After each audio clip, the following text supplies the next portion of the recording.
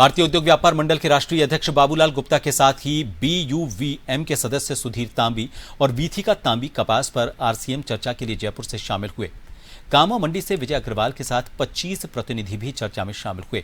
केंद्रीय कानून मंत्री अर्जुन राम मेघवाल के दिल्ली निवास पर हुई बैठक में मंडी व्यापारियों ने अपना पक्ष रखा। भारतीय उद्योग व्यापार मंडल के राष्ट्रीय अध्यक्ष बाबूलाल गुप्ता ने कहा कि राजस्थान के श्रीगंगानगर, हनुमानगढ़, विजयनगर, गुलाबपुरा, खैरथल और कामा सहित भरतपुर की कई मंडियों में कपास का उत्पादन हो रहा है। इसी प्रकार गुजरात, महाराष्ट्र और दक्षिण भारत की कई मंडियों में कपास प्रचुर मात्रा में उत्पादित किया जा रहा है और ये समस्या सभी प्रांतों में आ रही है। किसान पर GST के अंतर्गत प्रावधित RCM किसान की कृषि जिन्स पर संधारित नहीं किया जा सकता।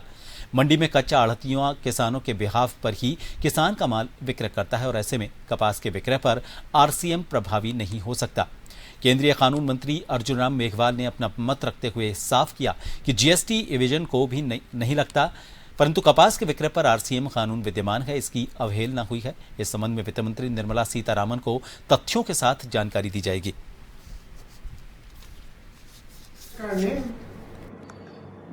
RCM लागू किया है कपास पर 2017 से, और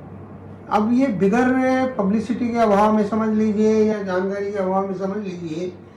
कहीं 2019 में पता चला, कहीं 23 में पता चला, ये मामला मेरे सामने आया तो कामा मंडी का जो 2023 में उनको पता चला और तब तक वो लोग GST जमा कराते रहे। यानी कुल मिलाकर के ये हुआ कि कहीं इवेजन तो नहीं हुआ, पर एक प्रक्रिया थी कि पहले RCM ही के रूप में पैसा जमा हो जाना चाहिए, तो वो नहीं हो पाया। तो जो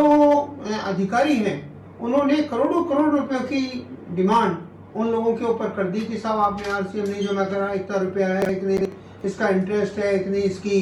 पेनल्टी है, तो ये आपने जमा नहीं कराई है, ये जमा कराओ। तो इसी को लेकर के हम लोग भारतीय उद्योग व्यापार मंडल के बैनर पर एक प्रतिनिधि मंडल लेकर के माननीय कानून मंत्री जी से मिले और कानून मंत्री जी को हमने समझाया कि देखिए इसमें कोई टेक्निकल मिस्टेक है, इवेजन तो कहीं हुआ नहीं है, पर टेक्निकल मिस्टेक को लेकर के अगर करोड़ों रुपए की डिमांड व्यापारी